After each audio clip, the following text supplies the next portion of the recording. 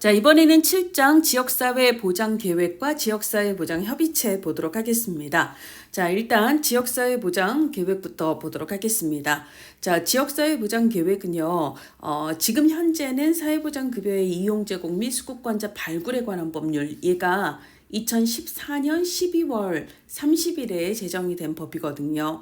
근데 이 법에서 현재는 규정을 하고 있지만 원래 얘는 2003년 개정된 사회복지사업법에서 처음으로 법제화가 되었습니다. 그러니까 사회복지사업법은 1970년에 제정이 됐고요. 그리고 이제 몇 차례에 걸쳐서 개정이 됐는데 그 중에 이제 2003년 개정에서 그 당시에는 사회복지사업법이었기 때문에 지역사회 지금처럼 보장이 아니라 그때는 복지계획이라는 이름으로 법제화되었습니다. 자, 그래서 지방자치단체에서 4년마다 지역사회 복지계획을 수립할 것이 의무화되었는데요. 자, 그러면 지방자치단체라고 하면 시도에서 그리고 시군구에서 각각 4년마다 계획을 세우도록 한 거거든요. 그러면 일단 어떤 복지가 필요한지에 대한 수요조사도 필요하고 현재 현황이 어떠한지도 조사를 해야 되기 때문에 조사를 하고 4년 뒤인 2007년부터 제1기 계획이 시작이 됩니다. 그래서 4년 단위이기 때문에 1기 계획은 2007에서 2007, 8, 9, 10에서 2010년까지가 제1기가 되겠죠. 그리고 우리가 시험을 보는 2026년은 제5기 지역사회, 지금은 이 법의 근거가 사회보장급여의 이용 제공 및 수급권자 발굴에 관한 법률로 변경이 된 상태이기 때문에 이 법적 근거가 변경이 되면서 원래 지역사회 복지계획이 지금은 지역사회 보장계획으로 변경이 된 상태입니다. 그래서 우리들이 시험을 보는 2026년까지는 제5기 계획에 해당이 됩니다. 자, 그래서 2003년에 법제화가 되었고 2007년부터 시작되었다. 이거를 영삼위가 여기 암기팁에 보면 영삼위가 지게수리를 시켰고 이 지게수리는 지역복지계획, 지역사회복지계획 이거예요. 지게. 그래서 지역계획이죠. 그리고 수리는 수립을 시켰다라는 거예요. 그래서 072가 지게수리했다. 이 말은 2007년도에 제1기 지역복지, 지역사회복지계획이 수립이 됐다. 요렇게 외우시면 되겠습니다. 032가 시켰고 072가 했다. 요렇게 보시면 되겠습니다. 그래서 지금 현재는 사회보장급여의 이용 제공 및 수급권자 발굴에 관한 법률, 이 법을 줄여서 우리가 사회보장급여법이라고 얘기를 해요.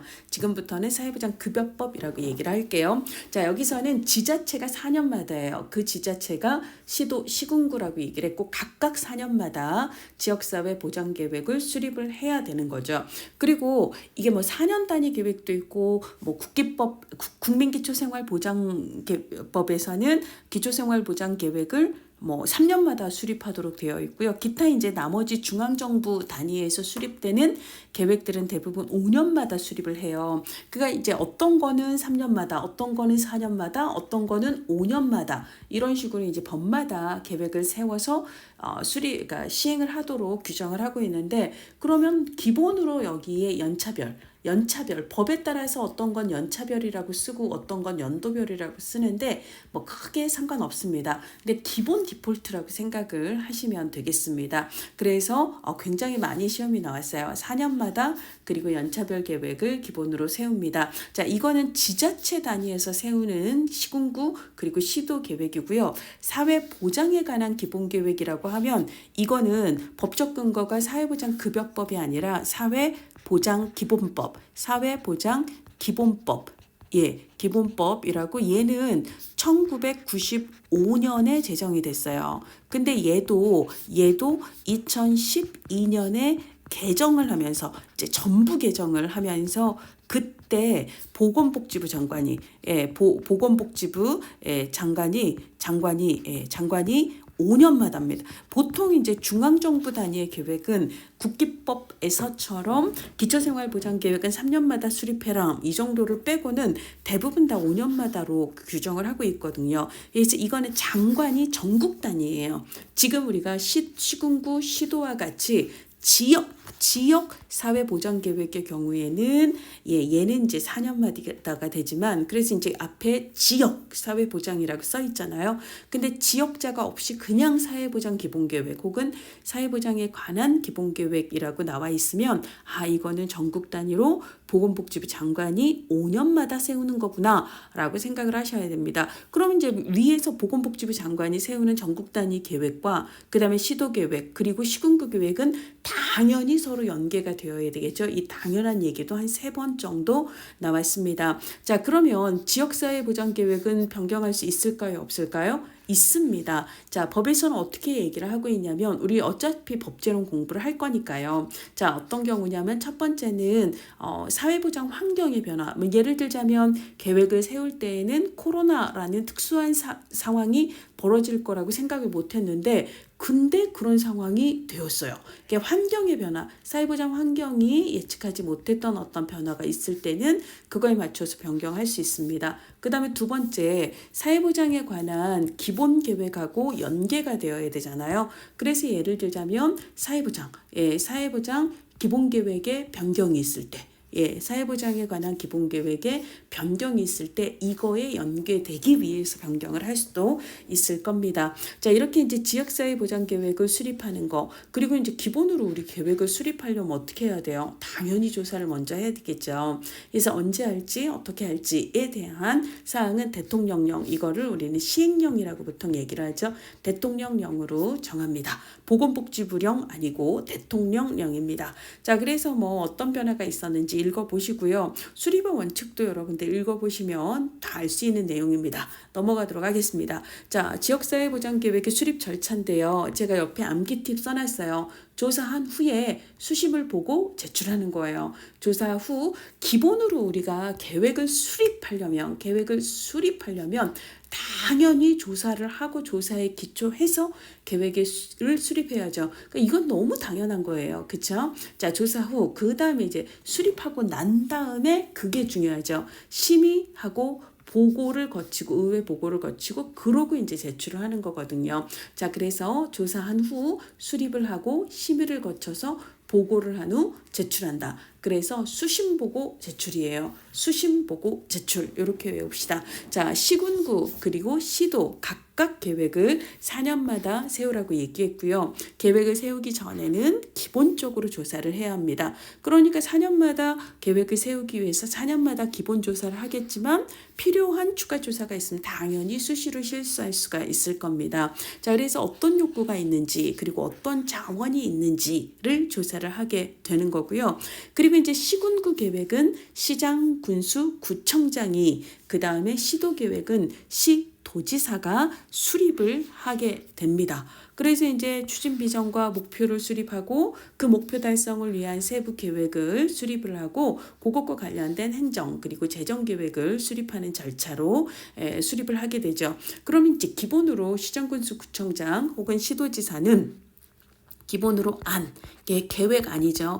그래서 지역사회보장 계획안을 일단 수립을 한 후에 그러고 이제 그것의 주요 내용을 적어도 20일 이상입니다. 우리 시험에서는 이런 숫자 바꿔서 오답 많이 내거든요. 꼭 알아두셔야 돼요. 20일 이상 공고를 해야 돼요. 그래서 이제 이 지역 주민이나 뭐 이해관계자들의 의견을 들은 후에 그리고 그걸 반영을 해서 수립을 하게 됩니다. 자, 그렇게 이제 시장, 군수, 구청장이 시도지사가 각각 수립을 하면 그 다음에 이제 수심 보고라고 했어요. 심의를 하는데요. 자, 시도계획과 시군구 계획을 각각 어디서 심의하는가 이거 진짜 중요합니다. 특히 시군구 계획 어디서 심의하는가 진짜 많이 나왔어요. 그렇죠? 지금 보시면 2025년에도 4년에도 3년에도 2022년에 잠깐 쉬었지만 사실 연달아 계속 나왔다고 보시면 되겠습니다. 자, 시군구 지역사회보장협의체예요. 지역사회보장협의체의 심의를 받습니다.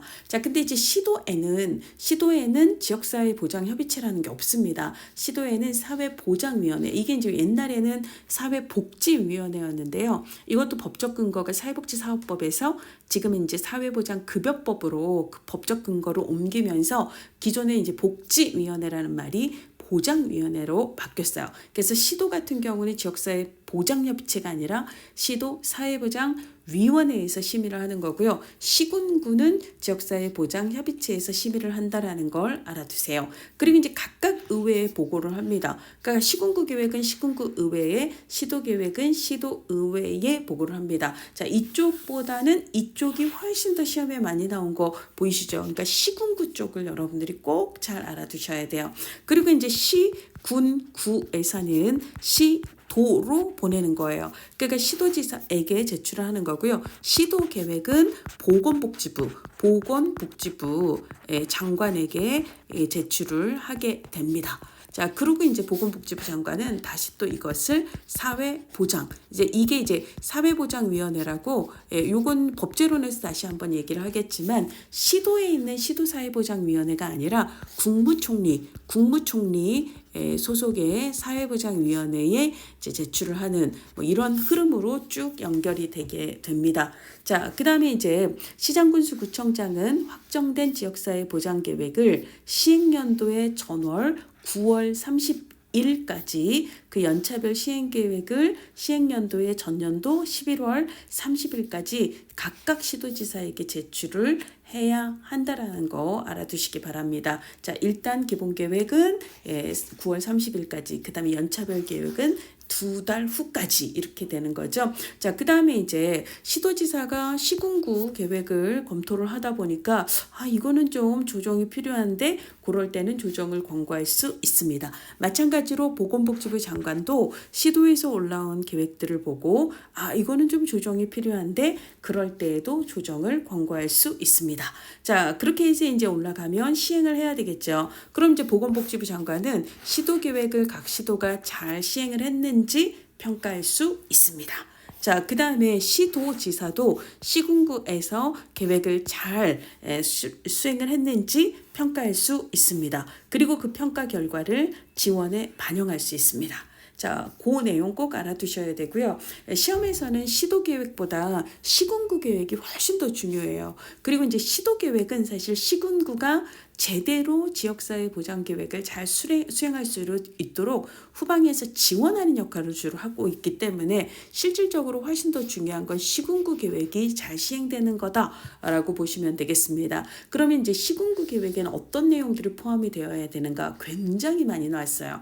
그래서 그거 암기하셔야 되죠. 요렇게 암기하세요. 제사를 드리는데 수지가 막 장난을 치고 난리 브루스를 칩니다. 그래서 막 머리가 골치가 막 아파요. 자, 그래서 요런 느낌으로 알아두세요. 수지의 부정한 제사에 난 속이 터진다. 요런 느낌으로 수지, 부정, 제사, 전, 분통이에요. 수지, 부정, 제사, 전, 분통입니다. 수요를 측정해야 되고요. 그 다음에 표를 설정해야 돼요. 그 다음에 부정수급 발생 현황과 반지 대책이 있어야 되고요.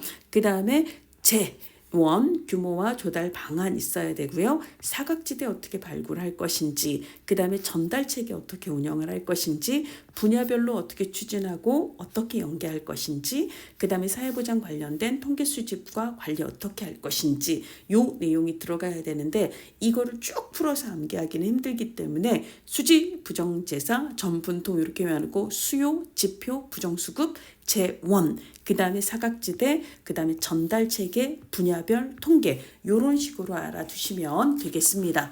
자, 이번에는요 지역사회보장협의체 가도록 할게요. 아까 우리가 시 군구 계획이 있고 시도 계획이 있는데 시도에는 협의체 없다고 얘기했어요. 그렇죠? 시도 사회보장위원회가 있는 거고요. 시군구에는 지역사회보장 협의체가 있습니다. 자, 그럼 우리가 아까 032가 지역계획 지계수리 시켜서 지역계획 수립하라고 시켜서 072가 제1기 지계수리 했다라고 얘기를 했는데 그러면 적어도 제1기 계획이 시작이 되려면 그 전에 시군구 지역사회 옛날에 이제 복지협의체였습니다. 가 만들어졌겠죠. 딱 이 중간이에요. 05년이죠. 2003년에 이제 법제화가 됐고 2007년에 제1기가 이제 시작이 되기 전에 이 계획, 시군구 계획을 심의할 주체로 시군구의 그 당시 이름은 지역사회 복지협의체였고요. 지금은 법적 근거가 사회보장급여법으로 옮겨오면서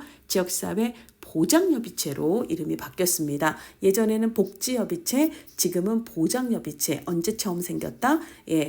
언제 처음 생겼다? 얘는 2005년에 생겼어요. 그럼 이 말은 무슨 말이에요? 자, 이 법이 아까 제가 2014년 12월 30일에 제정이 됐다라고 얘기했죠. 그러면 얘는 언제 시행이 되냐면 2015년 7월에 시행이 되거든요. 그러니까 그때를 얘기하는 거예요. 이때부터는 기존의 사회복지사업법의 법적 근거를 두고 있다가 이때부터는 얘로 갈아탔기 때문에 법적 근거가 그때부터는 이름이 지역사회보장협의체로 변경이 됐다라는 거고요. 얘가 처음 생긴 건 2005년 사회복지사업법에서였다. 이렇게 정리를 하시면 되겠습니다. 자, 그러면 기본으로 우리가 무슨 협의체 혹은 위원회 하면은요, 기본으로 계획을 심의하는 거, 이게 이제 기본 디폴트예요. 그러면 이제 그 외에 어떤 기능을 하는가? 자문을 하는 거예요. 심의와 자문하는 역할을 하게 되는데, 특히 이제 이 지역사회보장협의체는 시군구에 있는 거잖아요. 그러니까 당연히 시군구의 지역사회 보장과 관련된 여러 가지 내용들을 심의 자문한다라고 볼 수가 있습니다. 그래서 시군구의 지역사회 보장 계획, 지역사회 보장 조사, 지역사회 보장 지표, 지역사회 보장 급여 제공, 그 다음에 추진에 관한 사항, 그러니까 두루두루 시군구의 지역사회 보장하고 관련된 여러 내용들을 심의 자문한다라고 보시면 되고요. 그 다음에 이제 시군구 안에 읍면동들이 있잖아요. 여러 개의 읍면동들이 있잖아요. 자, 아까 얘기하기를 2005년에 시군구 단위의 협의체가 처음 생겼다라고 말씀을 드렸습니다. 그때 이름은 지역사회 복지협의체라고 얘기를 했잖아요. 자, 세월이 흘러 대략 10년 뒤 2016년입니다. 11년 뒤죠. 이때부터는 읍면동에도 지역사회 보장 협의체를 만들게 돼요. 자, 2005년도에 시군구의 이제 협의체가 그 당시에는 시군구 단위의 지역사회 보장 계획을 심의하려고 시군구의 협의체를 만들었고요. 자, 2016년도에는 읍면동 단위에도 지역사회 보장 협의체를 만들게 돼요. 근데 읍면동은 따로 계획을 세우진 않거든요. 그러니까 얘는 따로 무슨 계획을 심의하는 기능 이런 거 아닙니다. 뭐냐면 지역 상황에 좀 빠삭하고 지역의 사각지대 발굴에서 도와주는 일에 관심이 있는 분들이 모여서 지역의 도움이 필요한 분들을 발굴하고 실제로 지역 내 자원을 발굴 연결하는 일을 하기 위한 그런 목적의 읍면동 협의체를 만든다는 거예요. 그래서 지금은 시군구와 읍면동에 각각 지역사회 보장 협의체가 있습니다. 시도에는 없어요. 시도에는 시도 사회보장위원회가 있는 거지 지역사회 보장 협의체가 있는 건 아니거든요. 자, 그러면 읍면동 단위의 지역사회 보장 협의체 어떻게 구성하고 운영하지? 이거 어디서 심의 자문한다? 시군구 협의체에서 자문한다. 요거까지를 알아두시면 되겠습니다. 자, 그 다음에 이제 운영 보시면 요건 읽어보세요. 자, 얘는 공공과 민간이 적극적이고 자발적으로 참여를 하는 거예요. 공공과 민간이에요. 그러니까 여기에 공무원이 들어간다, 안 들어간다? 협의체에는 공무원이 들어갑니다. 사회보장 업무를 담당하는 공무원도 들어가고, 그 다음에 이제 지역의 사회복지 관련된 시설이나 단체나 기관에서도 참여를 하고, 요렇게 보시면 되겠습니다. 자, 그 다음에 이제 대표협의체가 있고요. 대표협의체가 있고, 그 다음에 이제 실무협의체가 있고, 또 그 밑에 실무분과가 있고, 또 읍면동 협의체가 있는 거거든요. 그래서 여기에 이제 플러스 대표협의체를 보시면 되는데, 얘네들이 사실 위계적인 상하, 명령하고 복종하는 그런 수직적인 구조라기보다는 수평적인 네트워크 관계로 형성이 되어 있다라고 보시면 되겠습니다. 자, 그 다음에 이제 협의체 위원 수인데요. 위원장을 포함해서 10명 이상 40명 이하예요. 이거를 이거를 뭐 30명, 20명 이런 식으로 바꿔서 얘기하는데 틀려요. 40명 이상이다라는 거, 40명 이상이다라는 거 알아두시고요. 위원 임기는 2년입니다. 자, 그다음에 공무원 들어갈 수 있다라고 아까 얘기했고요. 그 외에 지역의 이제 사회복지 기관 단체 시설에서 온다라고 얘기를 했습니다. 공무원은 그 공무원위원회 임기는 그 재직기관으로 하는 거고요. 그 외의 위원회 임기는 2년이다라고 보시면 돼요. 그래서 2년 임기 알아두시면 되겠습니다. 자, 아까 이제 협의체의 구조 보면 대표협의체가 있고 실무협의체, 실무분과 그리고 읍면동협의체가 있다라고 말씀을 드렸습니다. 그러면 이제 이 중에서 심의자문의 역할을 하는 건 이제 대표협의체에서 하는 거고요. 그리고 이제 실무협의체에도 이제 공무원위원이 당연히 포함이 된다라고 보시면 되고 위원장 1명을 포함해서 아까 이제 40명 이하의 위원으로 구성한다라고 얘기를 했고요. 보통 이제 현장의 전문가를 중심으로 해서 구성을 하고 그리고 실무분과에서 발휘된 쟁점에 대해서 논의하는 일들을 하게 됩니다. 자, 그다음에요. 읍면동 협의체는 아까 얘기했듯이 심의자문 역할을 하는 게 아니다라고 얘기를 했어요. 그래서 복지 대상자를 발굴하고 지역의 자원을 발굴한 뒤에 이들을 연계함으로써 지역이 자체적으로 뭔가 보호 체계를 구축해 나갈 수 있도록 하는 그런 역할을 하는데요. 우리가 이제 도움이 필요한 사람에게 자원을 연결해 주는 거, 이거 뭐라고 부르죠? 사례 관리라고 얘기를 하잖아요. 자, 이때의 사례 관리는 통합적인 사례 관리예요. 그러니까 공공과 민간의 자원을 함께 사용하는 사례 관리예요. 그래서 통합 사례 관리를 지원한다라고 얘기를 하고요. 그다음에 이제 각 지역마다 읍면동마다 우리 이제 겨울에 따뜻한 겨울나기 해서 희망차 일일 찻집도 하고 뭐 이런 거 하죠. 그렇게 해서 이제 지역 후원금을 이제 모아서 사회복지 공동모금에 보냅니다. 그리고 이제 그 예산을 기초로 해서 그 지역의 특화 사업들을 하는 거죠. 그러니까 우리 동네는 어르신들이 뭐 냉난방이 잘 안 돼요. 그래서 선풍기 지원을 하고 싶습니다. 뭐 이런 것들 있죠. 요런 걸 이제 읍면동 단위 협의체에서 추진을 하게 됩니다. 자, 이번엔 이제 마지막으로 지역사회복지 추진 체계입니다. 설립 근거는요. 일단 첫 번째 가장 대표적인 건 사회복지관입니다. 자, 일단 사회복지관의 역사를 쭉 보면은요. 우리 이제 한국 역사를 뭐 이게 이제 지역복지 행정 그리고 실천 그리고 법제 다 연결이 되는 거기 때문에 우리나라 한국 이제 현장 복지의 역사를 간략히 얘기를 하면 50년대, 60년대는 외국의 원조단체 중심의 시설 보호가 중심인 그런 시기였습니다. 근데 이제 60년대 이후로 외국의 원조단체들이 자국으로 떠나가면서 70년에 우리는 사회복지 사업법을 제정을 하고요. 거기에서 이제 사회복지 법인, 그리고 이제 사회복지 시설에 대한 법적 근거를 사회복지사업법 제정을 통해서 만들게 되고요. 그렇게 해서 이제 70년대까지는 주로는 시설 보호가 중심이었는데, 근데 이제 이 70년 사회복지사업법 제정을 계기로 이때는 우리나라 법을 근거로 하여 사회복지사업법을 근거로 하여 국고보조를 받는 사회복지 시설의 운영이 이제 70년대부터 시작이 됐다라고 보시면 되겠습니다. 그러다가 80년대가 되면서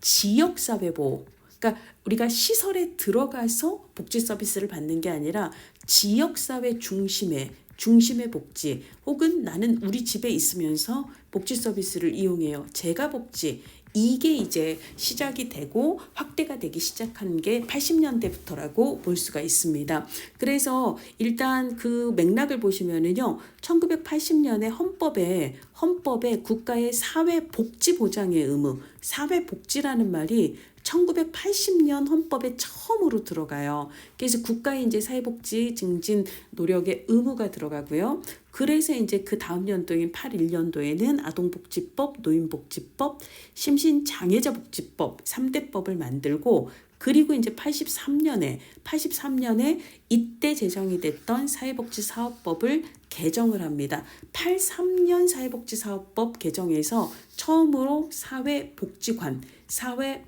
복지관 규정을 만들게 돼요. 그래서 이제 사회복지관에 대한 국고보조의 법적 근거를 만들게 되는 거죠. 왜? 이 사회복지관이 지역에서 지역 주민들에게 복지 서비스를 제공하는 구심점이 되잖아요. 그래서 다시 2년 뒤 85년에 이 법적, 그러니까 83년에 이제 사회복지사업법에 들어간 사회복지관 규정을 근거로 하여 이때 이제 전국 시도 단위의 복지관이 쫙 깔리게 됩니다. 자, 그렇게 해서요. 이렇게 83년에 법적 근거 만들고 85년에 전국 복지관 쫙 깔고 이렇게 해서 이제 민간의 사회복지관이 이제 지역 주민들에게 복지 서비스를 제공할 수 있는 그런 체계를 갖추게 돼요. 근데 우리가 동네에서 뭔가 도움이 필요할 때 민간의 복지 서비스도 필요하지만 공공의 지원도 필요하잖아요. 그 공공 지원을 막기 위해 다시 또 2년 뒤죠. 83년, 85년, 그 다음에 다시 2년 뒤 87년입니다. 87년에 그 당시엔 동사무소에 사회복지를 전담하는 전문으로 하는 전문 요원들을 배치를 하게 되죠. 요원을 배치하게 되죠. 이게 이제 87년이에요. 그래서 우리가 전문 요원이 팔찌를 차고 있는 전문 요원 팔찌 이렇게 외우세요. 87년이다. 이거를 팔찌로 외우세요. 그리고 이제 이런 흐름들을 아시면 81년에 각종 복지법 만들고 83년에 복지관 규정 넣고 85년에 복지관 짝 깔고 87년에 이제는 복지 전문 요원을 깔고 뭐 이런 식으로 80년대가 지역복지 체계를 만들었던 굉장히 중요한 해구나 이게 시기였구나 이렇게 알아두시면 될 것 같아요. 자, 사회복지관의 법적 근거는 뭐다? 사회복지사업법입니다. 자, 그쵸? 83년에 법적 근거가 처음 생겼다는 거 알아두세요. 여기 안 나와도 딴 데서 나옵니다. 자, 그렇고요. 자, 일단 사회복지사업법에서는요. 사회복지 시설에 대한 평가 규정이 있죠. 언제? 1997년에 사회복지사업법을 개정을 해서 사회복지사업법을 개정을 했고 이 개정을 통해서 3년마다 사회복지시설은 평가를 받아야 한다라는 규정이 생겼거든요. 근데 사회복지관도 사회복지시설이니까 당연히 사회복지관도 3년마다 평가를 받게 됩니다. 자, 사회복지법인, 기타 비영리 법인, 지방자치 등에서 이제 사회복지관을 설치 운영을 할 수 있습니다.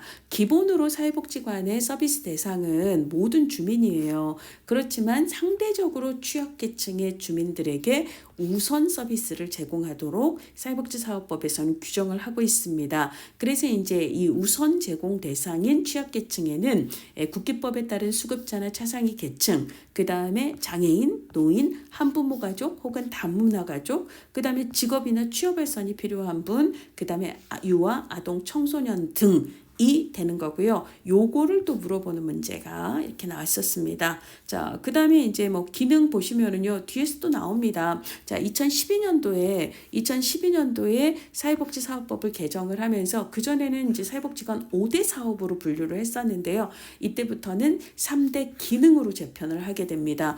이거 암기할 때는 지라고 외우세요. 우리가 도서관에 가면 도서관 사서 있잖아요.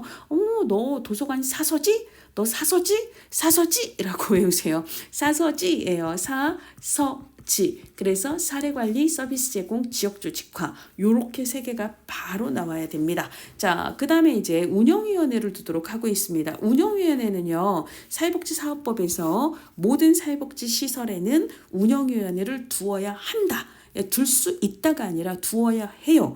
사회복지시설에는 운영위원회가 당연히 있어야 되고 사회복지관은 사회복지시설이기 때문에 운영위원회가 당연히 있겠죠. 그래서 이제 위원회는 기본으로 심의 기능이 디폴트라고 얘기를 했습니다. 그래서 이제 이런저런 사항들을 심의할 수 있다. 심의한다라고 보시면 되고 운영위원회는 5명 이상 15명 이하의 위원으로 구성이 되게 됩니다. 그래서 이제 그 복지관 복지관의 요런저런 내용들에 대한 심의를 한다라고 보시면 되겠습니다.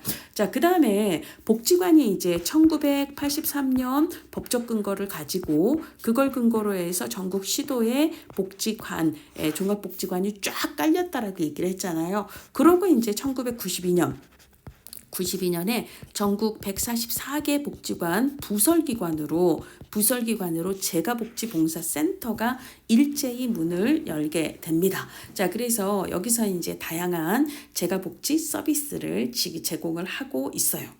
그런 내용들이 있고요. 자, 그 다음에 이제 사회복지관 사업이 지방이양 사업으로 선정이 돼서 2005년부터는 이제 지방에서 이제 알아서 하는 사업으로 그렇게 이제 바뀌었고요. 재정 지원 방법이 변경되었다라는 것은 원래 이제 우리가 중앙정부에서 지방정부로 예산을 지원하는 가장 대표적인 형태가 뭐 일반 교부세가 있고 포괄보조세가 있고 그 다음에 범주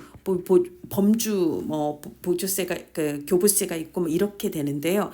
근데 이제 이때에는 한시적으로 그러니까 원래는 한 5년 안에 순차적으로 지방이양을 마치려고 했는데 시간이 좀 더 필요해서 2014년까지 대략 한 10년에 걸쳐서 지방이양이 이루어지게 되는데 그 10년 동안 한시적인 이제 그 분권교부세라고 해서요.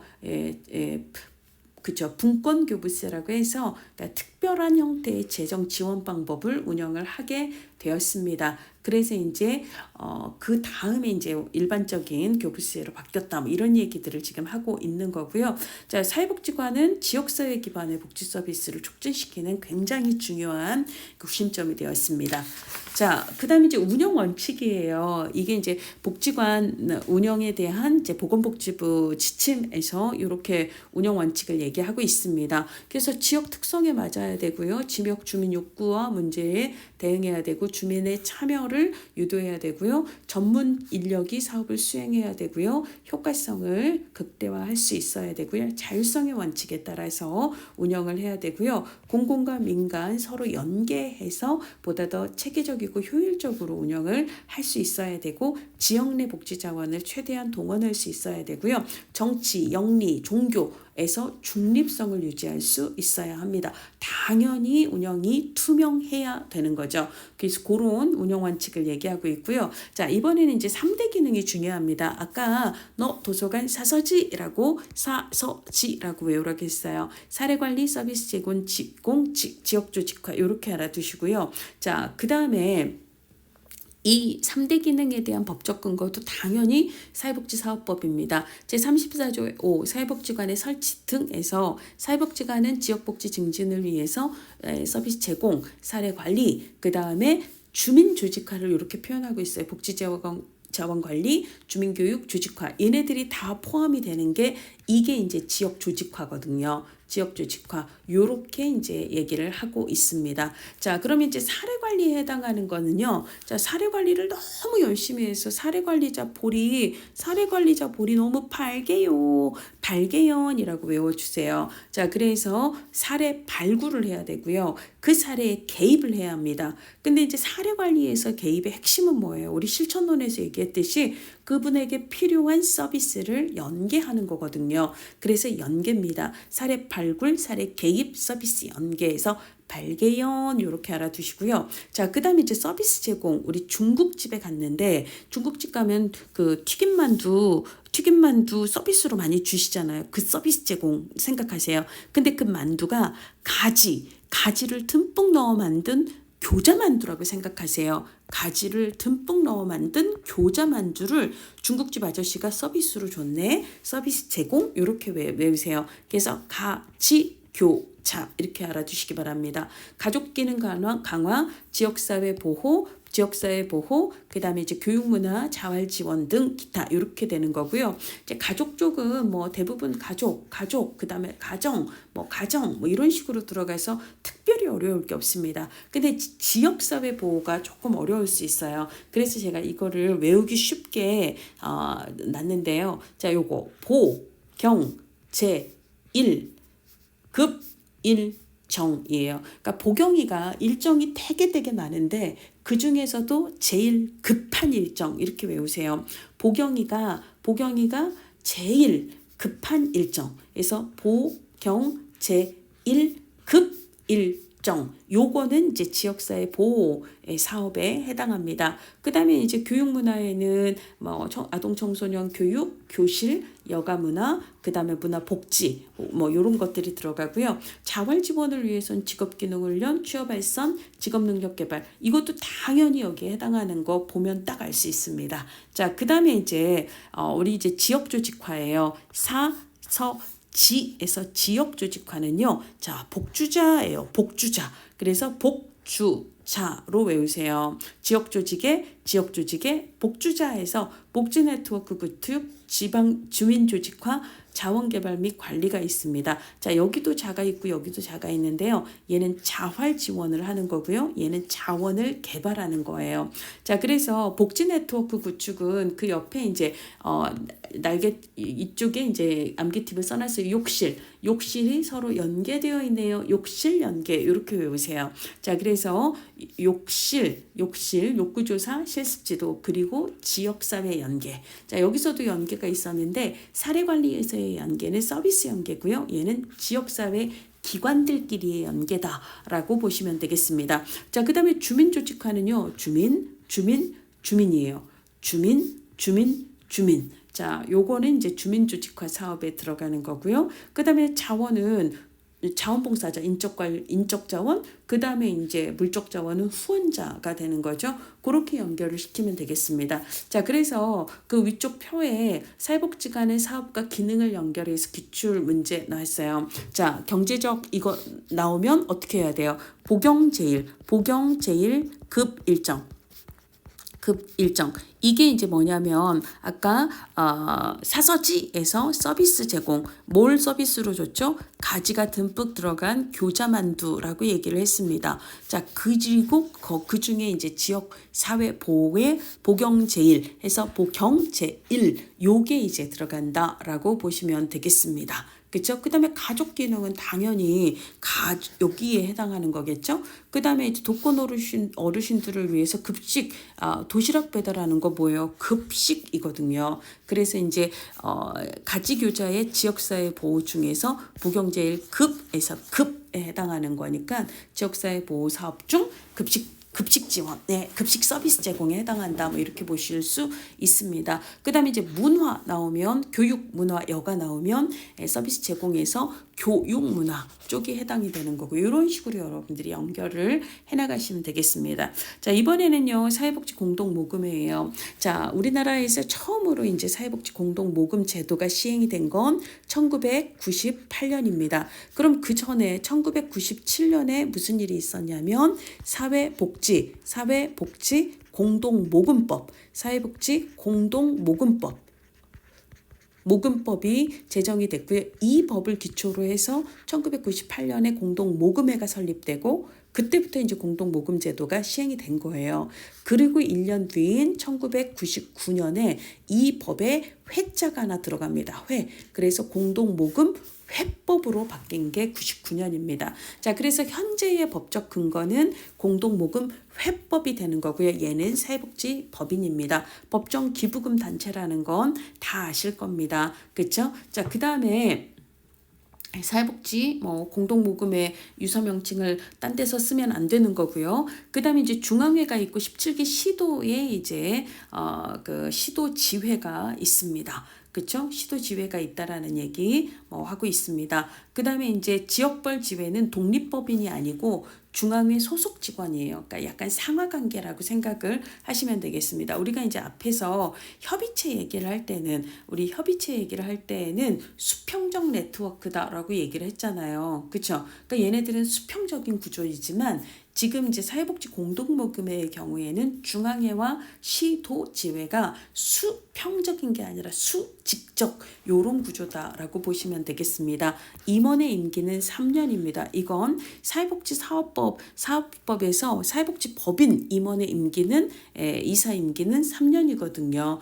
똑같습니다. 그래서 여기선 한 차례만 연임할 수 있고요. 자, 그다음에 모금의 업무를 처리하기 위해 사무총장 1명, 필요한 직원이나 기구를 두게 됩니다. 자, 그다음에 이제 기본으로 얘는 사회복지 공동모금회는 공공기관이 아니라 민간기관이에요. 그리고 민간 재원 동원을 목적으로 하고 있습니다. 그래서 이제 모금을 하고 배분을 하는 게 이제 가장 중요한 일이죠. 그래서 얘는 민간 운동적인 특징이 있는 거지 공공 이렇게 얘기를 하면 틀립니다. 그래서 모금을 하고 배분을 하고 그다음에 이제 그거를 운용 관리하는 일이 핵심이다. 그리고 이제 기본으로 실행분과위원회가 4개가 있는데요. 모금과 배분이 가장 중요하니까 이거는 이제 당연히 분과위원회가 있는 거고 그다음에 이제 자체 기획사업이 있을 수 있습니다. 그러면 이제 기획분과위원회가 있을 수 있고요. 그다음에 이제 홍보를 해야죠. 홍보분과실행위원회가 있습니다. 그렇게 이제 4개의 실행위원회가 있고요. 보건복지부 장관의 승인을 받아 복권을 발행할 수 있습니다. 그 다음에 로블레스 오블리주 실천을 위해서 1억 이상을 기부하신 분들 아너 소사이어티를 운영하고 있습니다.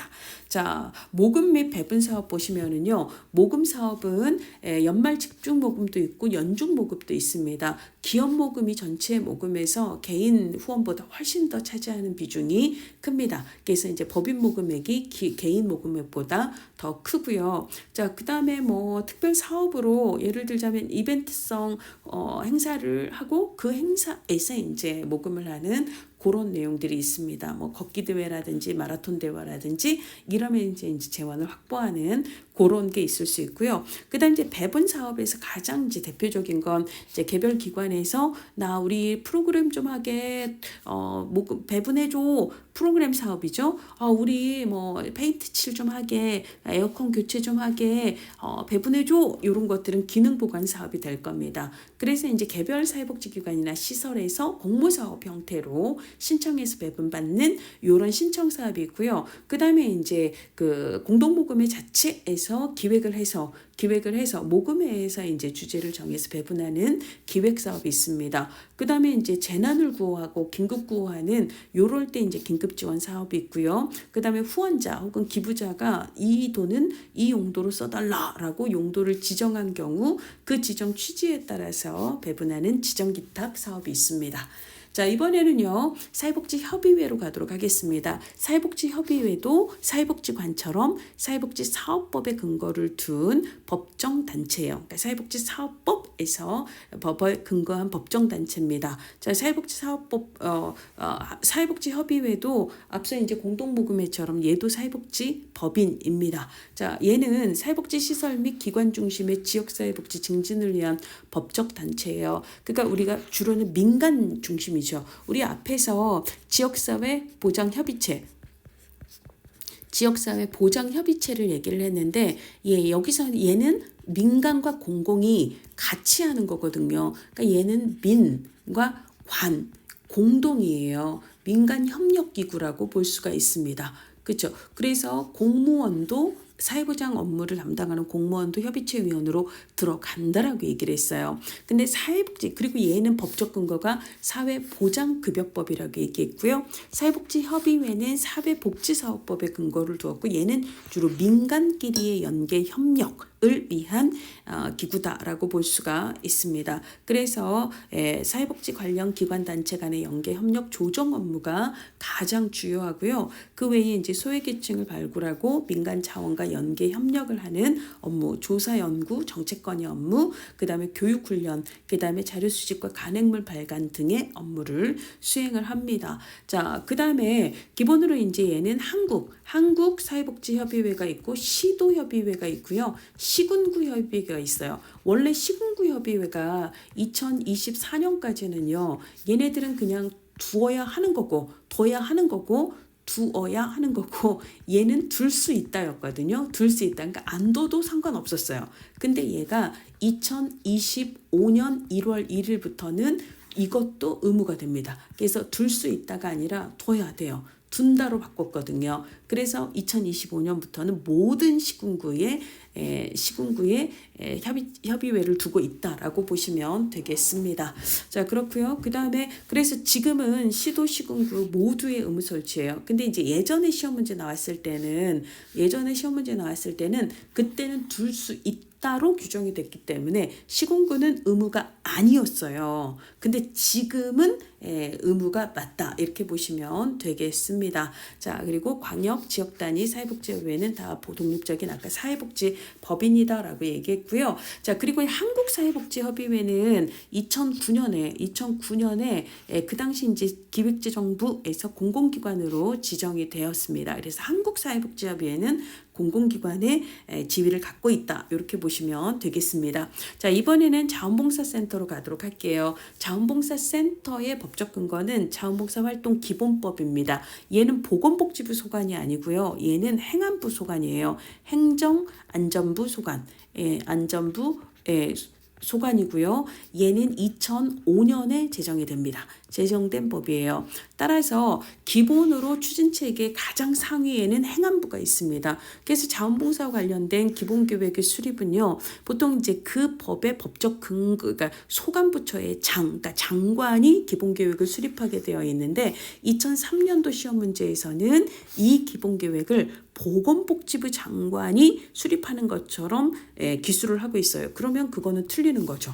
그렇죠. 보건복지부 소관의 법이 아니기 때문에 얘는 행안부 장관이 5년마다입니다. 기본으로는 대부분 중앙단위 계획은 국기법의 기초생활보장계획 빼고는 5년마다라고 보시면 돼요. 그래서 행안부에서 하게 되는 거고요. 그리고 이제 그렇습니다. 그 다음에 이제 중앙자원봉사센터가 있고 시도자원봉사센터가 있고 시군구 자원봉사센터가 있습니다. 주로 이제 지역의 자원봉사 거점 역할을 하는 게 이제 시군구 자원봉사센터가 되고요. 그래서 이제 자원봉사를 필요로 하는 기관에 자원봉사자를 배치하는 역할을 시군구 자원봉사센터에서 주로 맡게 됩니다. 자, 그리고 이제 한국자원봉사협의회는 행안부 장관의 인가를 받아서 설립을 하게 됩니다. 자, 기본으로 자원봉사센터는 국가 및 지방자치센터가 자원봉사센터를 설치를 해서 기본으로 이제 법인으로 하여 운영을 하거나 비영리 법인에 이제 위탁을 하게 될 수 있는데요. 근데 효율적 추진을 위해서 필요하다고 생각이 되면 그때는 이제 국가기관이나 지방자치단체 직접 운영도 가능합니다. 직접 운영하는 것도 가능하다. 근데 이제 법인으로 하여 운영하거나 아니면 비영리 법인에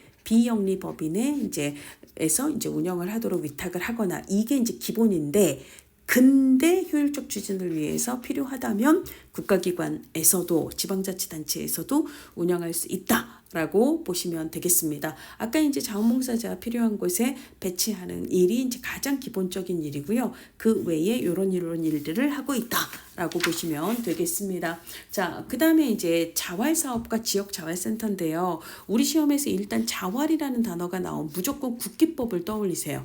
물론 이제 우리가 성매매, 피해자 보호법 이런 데서도 자활 얘기가 나오고 노숙인 보호법에서 복지법에서도 자활 얘기가 나오지만 사실 우리 시험에서 자활하면 국기법이 거의 100%일 가능성이 있습니다.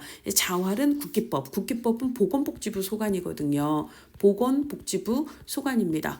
그러니까 기본으로 이제 그걸 기본으로 알아두시면 되겠고요. 그 보건복지부에서는 우리가 이제 예전에 1961년에 생활보호법이 있었죠. 생활보호법을 제정을 했었는데, 근데 이제 생활보호법은요, 저소득인 기준만으로 지원을 받을 수 있는 게 아니라 필수적으로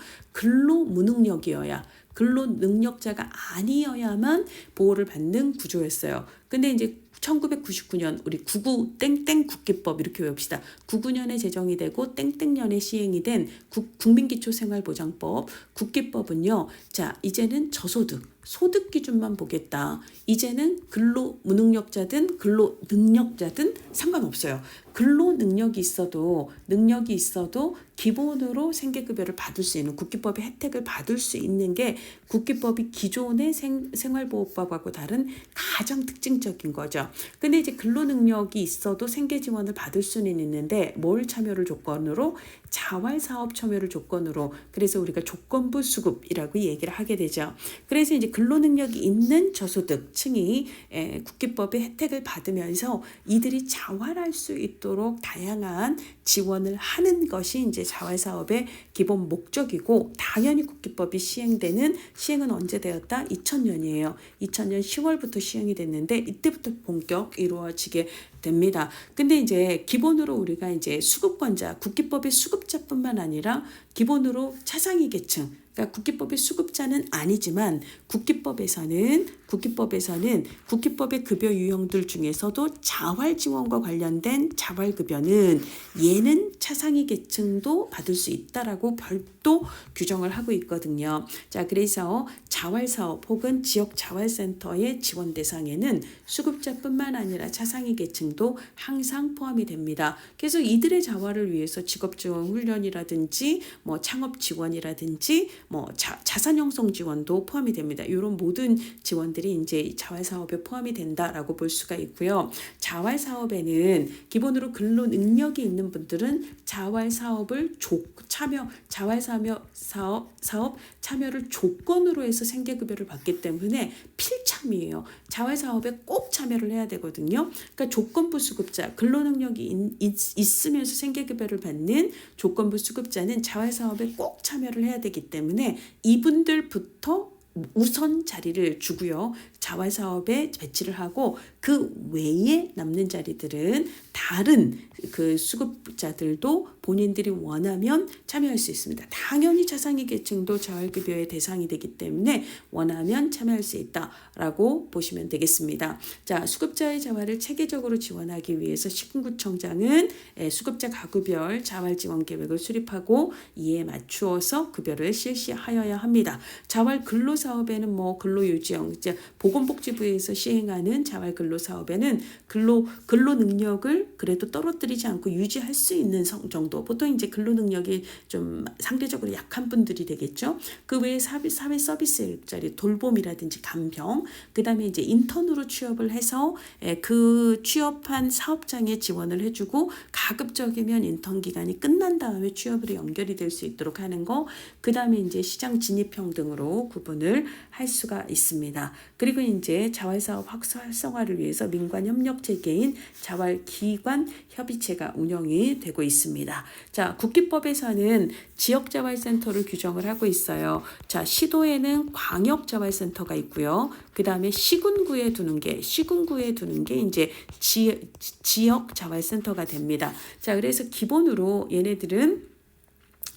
얘네들은 뭐 자활 사업 경력이 있거나 지역사회 복지 경력이 있는 사회복지법인이나 비영리법인이나 사회적 협동조합 등에서 이제 시군구에 신청을 해서 인정을 받아 이제 지정을 받는 그런 형식이 됩니다. 그래서 사회복지법인, 사회적 협동조합 등 비영리법인과 단체가 신청을 할 수 있고요. 그 다음에 이제 뭐 시군구에서 직접 신청을 해서 시군구에서 직접 운영을 하는 것도 가능합니다. 그래서 이제 조건부 수급자만 대상이 되는 건 아니고 다양한 대상자들의 자활을 지원하는 역할을 하고 있고요. 그 외에 자활 사례 관리가 시행이 되고 있습니다. 자, 이번에는요 사회적 경제 보도록 할게요. 사회적 경제라고 하는 것은 경제 활동을 하는데 근데 주 목적이 사회적 목적이라는 거예요. 그럼 사회적 목적이라는 건 크게 두 가지입니다. 일자리가 필요한 사람한테는 일자리를 지원하고 그 다음에 서비스, 특히 사회 서비스죠. 돌봄이나 간병과 같은 서비스가 필요한 사람에게는 서비스를 지원하는 거예요. 그 일을 누가 하는 거예요? 일자리를 필요로 하는 사람들을 고용을 하여 이들이 지역 내 서비스를 필요로 하는 사람들을 지원하는 서비스를 제공하는 일을 하게 함으로써 그러면서 이제 근로의 대가로 임금을 받을 수 있도록 하는 그런 형태가 되는 거죠. 사회적 목적을 추구하는 경제 기관, 요렇게 경제적인 활동을 하지만 사회적 목표를 추구하는 요런 거라고 볼 수가 있습니다. 사회적 목적과 민주적 운영 원리를 가진 경제활동 조직이다라고 볼 수가 있어요. 서로가 서로에게 이제 플러스가 되는 그런 형태가 되는 거고요. 자, 그래서 얘네들은요 정부와 시장이 아니라 정부의 시장, 우리가 정부는 제1섹터라고 얘기하고 시장은 제2섹터라고 얘기를 하죠. 그 외의 섹터를 우리가 보통 보통 제3섹터라고 얘기를 하죠. 협동조합도 있고 사회적 기업도 있고 마을 기업도 있고 자활 기업도 있습니다. 자, 협동조합은요. 원래는 이제 기획 재정부였는데요. 근데 2026년부터는 기획재정부가 기획예산처하고 재정경제부로 분리가 됩니다. 이제 그 중에서 이제 이 협동조합을 담당하게 되는 건 기획예산처예요. 그러니까 2026년 시험부터는 기획예산처 소관이다라고 알아두셔야 되고요. 사회적 기업은 고용노동부 소관입니다. 법적 근거도 서로 달라요. 자, 그 다음에 마을 기업은 또 행안부 소관입니다. 행정안전부 소관이고요. 그 다음에 자활 나왔죠? 자활은 보건복지부 소관입니다. 그래서 이제 다양한 정부 부처하고 관련이 되어 있고요. 자, 얘네들은 사회적 가치, 공동체의 이익, 즉 사회적 목적을 추구한다라고 볼 수가 있습니다. 자, 그 다음에 그렇고요. 자, 사회적 경제의 주체로 마을 기업은 아까 행안부 소관이다. 행안부의 지정을 받는다라고 얘기를 했고요. 도시재생 활성화 및 지원에 관한 특별법에 근거를 두고 있습니다. 자, 그래서 기본으로 마을 기업은 마을 단위의 기업이에요. 그래서 마을 주민들이 마을 자원을 활용을 해서 마을의 수익 사업을 통해서 마을의 공동체를 활성화하는, 그래서 지역 공동체의 이익, 지역 자원을 활용한다, 지역 공동체, 그 다음에 지역 주민의 참여, 이런 것들이 특징이다라고 볼 수가 있습니다. 그 다음에 이제 협동조합은요, 협동조합 기본법, 이거는 아까 이제 협동조합은 기획예산처 소관이다라고 이야기를 했습니다. 자, 그래서 얘는요, 언제 제정이 되냐면 2012년에 제정이 돼요. 2012년에 제정이 되고요. 그래서 얘는 기본적으로 협동조합은 조합원의 권익을 옹호하는 게 첫 번째예요. 그리고 두 번째가 지역사회 공헌하는 거다라고 보시면 되겠습니다. 그래서 조합원의 권익, 지역사회 공헌, 똑같은 얘기가 두 번 나오고 있고요. 기본으로 협동조합이든 사회적 협동조합이든 일단 협동조합은요, 조합원 자격이 있는 5명 이상이 있어야 됩니다. 이걸 발기인은 5명 이상이어야 된다. 이렇게 표현을 합니다. 자, 그 다음에 여기다 써놓지는 않았는데요. 이게 이제 뒤쪽에 정책론에서도 나오거든요. 그래서 여기다 이미 써놨습니다. 협동조합은요, 그러니까 마을 기업은 행안부의 지정을 받아야 되는데 협동조합은 시도지사에게 신고를 해야 돼요. 그래서 협동조합 설립 신고. 그래서 협동조합 설립은 신고예요. 시도지사에게 신고를 해야 합니다. 그래서 정책론에서 어차피 이 내용이 시험 문제에 나오기 때문에 봤을 때 한번 알아두시면 좋겠습니다. 협동조합을 신고해야지? 이런 식으로 시도지사에게 신고, 이렇게 알아두세요. 자, 이번에는요, 협동조합 중에서도 취약계층에게 사회서비스나 일자리를 제공하는 것을 목적으로 하는 비영리 협동조합이 있습니다. 비영리 협동조합이에요. 이걸 뭐라고 부른다? 사회적 협동조합이라고 얘기를 합니다. 법적 근거는 똑같아요. 협동조합 기본법에서 근거를 두고 있습니다. 근데 이제 아까 우리가 일반적인 협동조합은 일단 수익이 창출이 되면 이게 조합원들 주머니도 들어가는 거거든요. 이게 이제 1차적인 목적이었으니까. 그런데 사회적 협동조합은 비영리입니다. 그러니까 수익이 창출이 되면 조합원 주머니도 들어가는 게 아니라 다시 취약계층에게 사회적 일자리나 사회적 서비스를 제공하는 것에 재투자하는 방식으로 수익이 활용이 되는 이런 차이가 있다라고 보시면 되고요. 얘는 지금은 이제 기획재정부가 아니라 기획예산처입니다. 이거 제가 계획예산처예요. 요거 정정사항들 이제 정정해서 그 정어표를 올리겠습니다. 기획예산처 장관의 인가를 받아야 된다. 이게 이제 2026년부터 달라지는 거예요. 기획예산처입니다. 여기도 예산처 장관의 인가를 받아야 된다. 그래서 이것은 사회적 협동 기재가 아니라 이제는 기예인가예요. 기예인가? 이런 식으로 사회적 협동 기예인가? 해서 기획예산처의 인가를 받아야 한다라고 보시면 되겠고요. 사회적 기업은 아까 고용노동부 고용 노동부 소관이다라고 얘기를 했잖아요. 자, 얘는 사회적 기업 육성법, 자 2007년입니다. 2007년 고용노동부에서 소관의 사회적 기업 육성법, 기업 육성법이 제정이 되는데요. 자, 이 법에 근거를 두고 있습니다. 얘도 취약계층에게 일자리를 제공하고 그 다음에 기본으로 이제 일자리나 사회 서비스를 제공하는 사회적 목적을 추구해요. 근데 영리도 추구하는 거죠.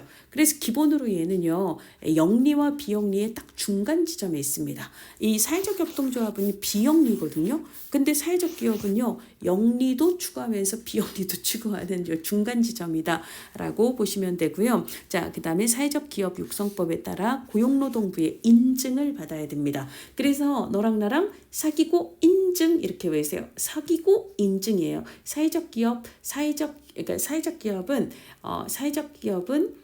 고용노동부의 인증을 받아야 돼요. 사회적 기업은 고용노동부의 인증을 받아야 된다라고 알아두시면 되겠습니다. 사회적 목적도 추구하지만 영업활동도 한다. 즉 이윤 창출, 경제적 이익도 추구하고 사회적 일자리도 창출을 한다. 비슷한 얘기들이 쭉 나와 있습니다. 자, 자활기업은